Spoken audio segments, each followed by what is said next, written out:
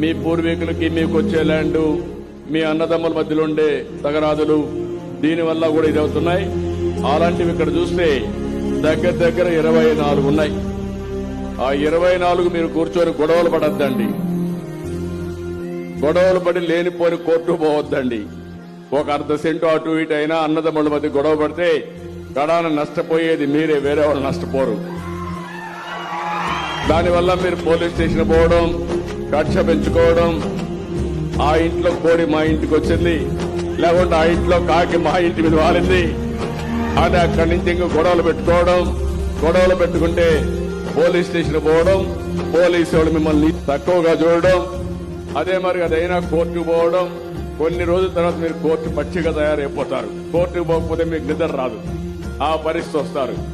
మీరు ఆనందంగా ఉండాలి, సమస్య పరిష్కారం చేసుకోవాలి. అత్యంత ఆస్తి వద్దు.